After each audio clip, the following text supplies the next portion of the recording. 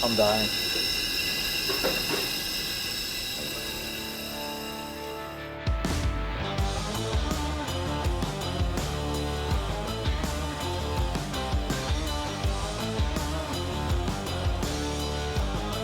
So today, nothing special, just doing a brake job on a 2018 Audi RS5.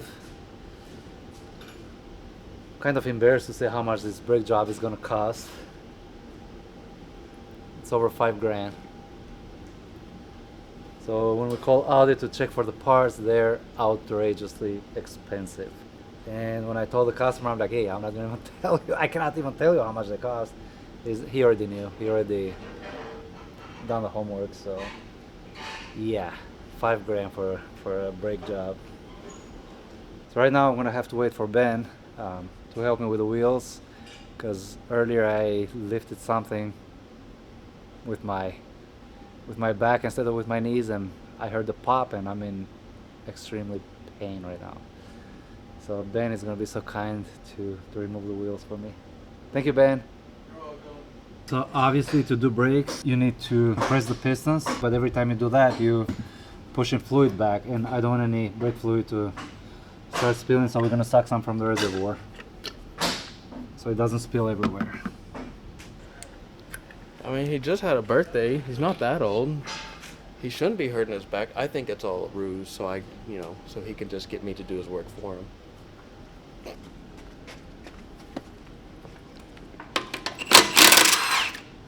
It's nice to be young. We ran into a small problem, which is very fixable. It turns out I do not have a socket to remove the front caliper, so I had to overnight one for tomorrow. But in the meantime, we're gonna do the rear brakes just to get some, to be ahead, you know, just because we're extremely busy. But tomorrow we'll have the whole set, so that shouldn't be an excuse for the next one. The first step, I mean, obviously you're just gonna take all the connections out, and then we're gonna pull the whole caliper with the parking brake motor out. We're gonna separate the motor so we can release the caliper.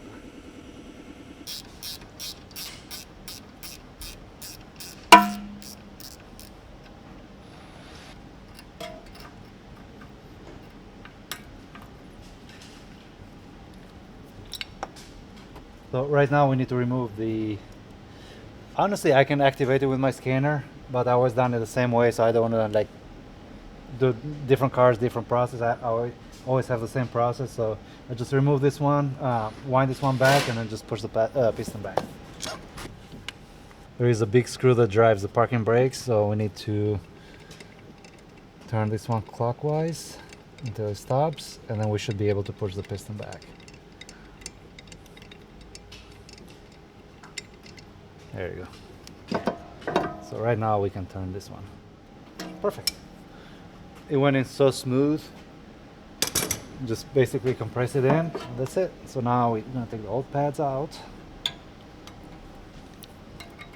Okay, just like that.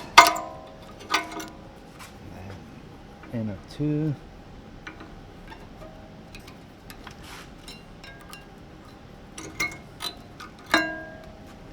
Then you can tell how nicely the caliper is working, because they're wearing pretty evenly. Honestly, I'm not a big fan of these pads, the Ferodo, because I mean they're genuine, but they threw a lot of dust. But they stop really good. But if you see here, they're wearing super evenly, which is really good.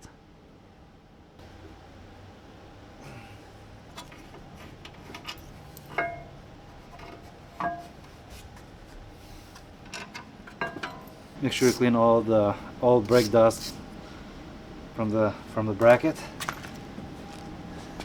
And you take the screw out.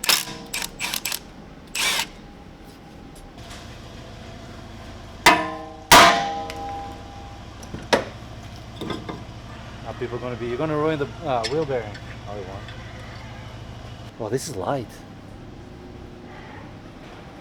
Actually, this is very light. That's why they cost so much.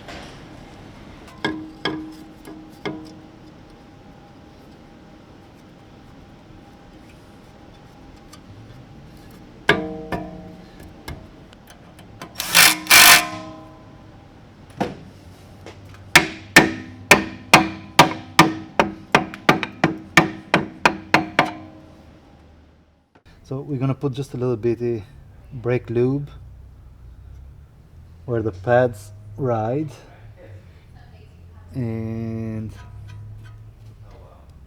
I took a BMW chassis class, and the instructor always told us to do this. And this car doesn't have the pins, the sliding pins. They do, but we never remove them. But he said never lube the sliding pins because the dirt gets caught in there and it becomes like a sandpaper.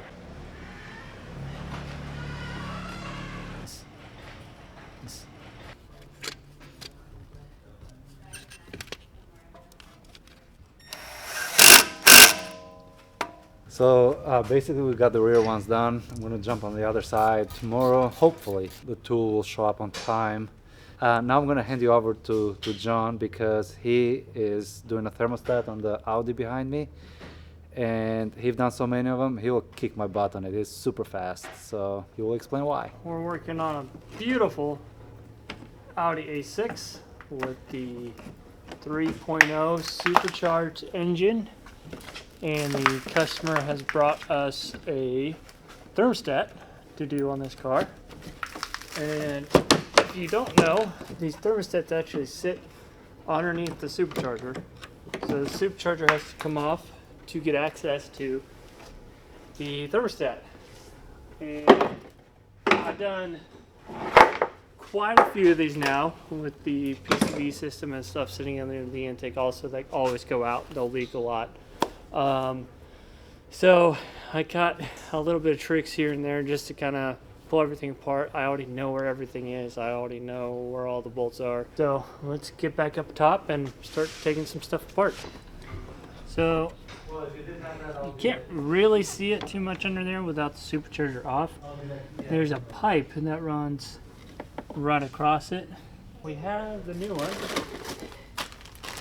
And this part right here is the only thing that you can see of the thermostat. See, it kind of stretches out a little bit there. A whole bunch of bolts that holds it down. And this kind of sits right there. So I wish it was in a different spot, but maybe that's the only place they can put it.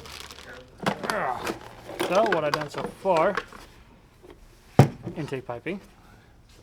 There's a whole bunch of vacuum hoses on the back side of this. All those need to be disconnected. There's a couple connectors. There's a couple hoses, more vacuum hoses, more connectors. I kind of run all around this thing.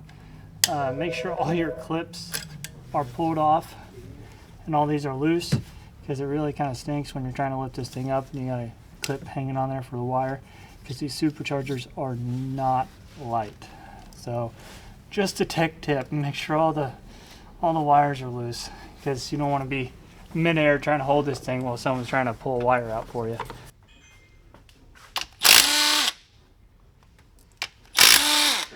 What we are doing with the chain is I like putting a chain through it, so then I can get some extra leverage, because it's kind of hard and it hurts your fingers trying to put it into the deal there. We had an old like seat belt that I usually would use to, you know, kind of wrap it up in there, and it was a little softer in hands, but you kind of pick it up from here and then you can actually lift it up, get a better hold of it. So then you're trying not to put your fingers in here and you're killing your fingers while trying to lift it up. So it's just a little easier way to not kill yourself and hurt your hands and stuff like that. And you can get kind of more of a grasp on it when you're lifting it up.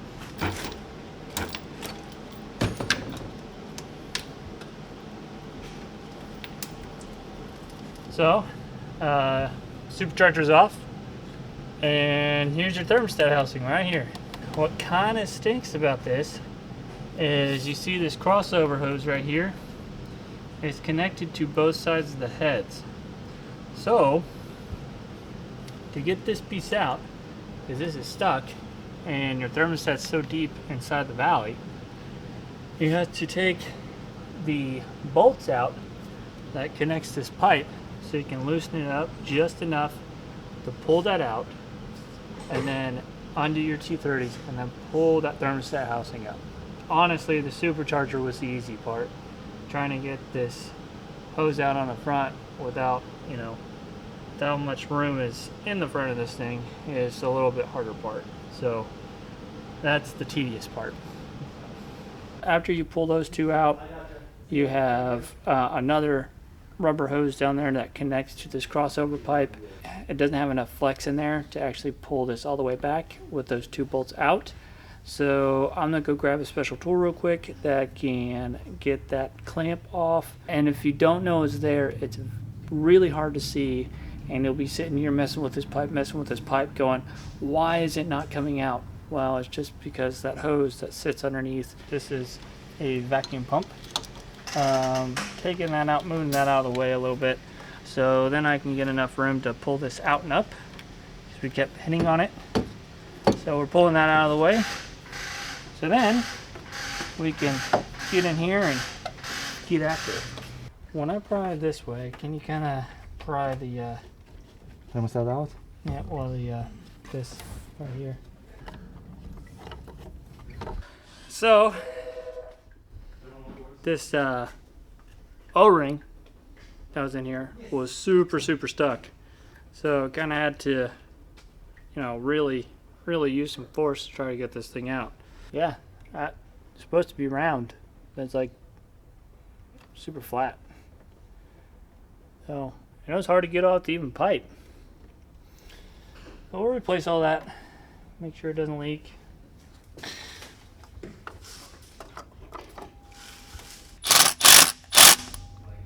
Got the pipe back in, thermostat's in, and everything's tight, everything's looking good. Filled it up with coolant. I put a crossover. This is the two coolant pipes that go into the supercharger. So I just kind of cross this over so that I can put coolant in it and pressurize it.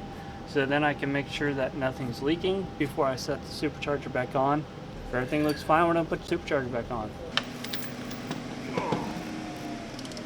I really wish that Audi would have made a different plan to, you know, instead of pulling supercharger out, this crossover pipe and all this other stuff to get just a little tiny, you know, thermostat housing out. German engineering, what do you do?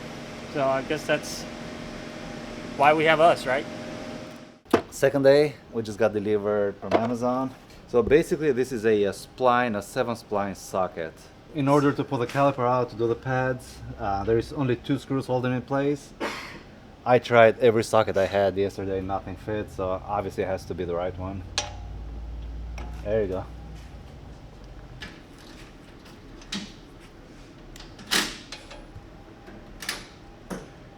See, most of the companies, they use, I mean including Audi or Porsche, they use a hex head, like a Allen head.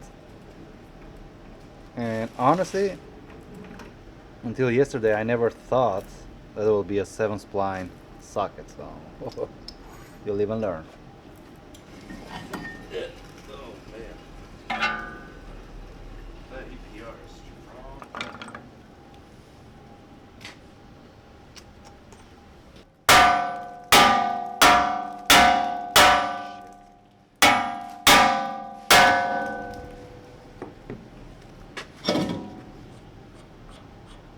So this one is going to come out with one blow, right?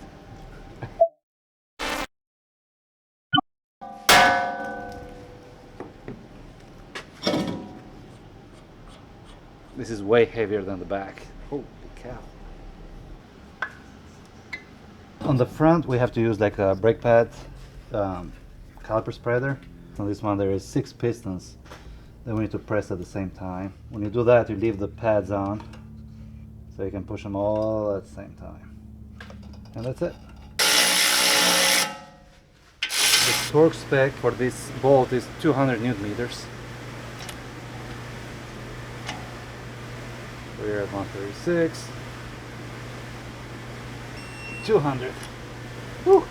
So the last thing we need to do now is the wear sensor. And this is the $5,000 brake. Nothing special, it's just make sure you have the right tools, torque them to the right specs, and when you're going to test drive, usually you do about like 10 brakes, like goes very slow, brake slow for like 10 times, make sure the brakes are seated properly, and then that's it. This is it for today. Thank you so much for watching, and don't forget to subscribe.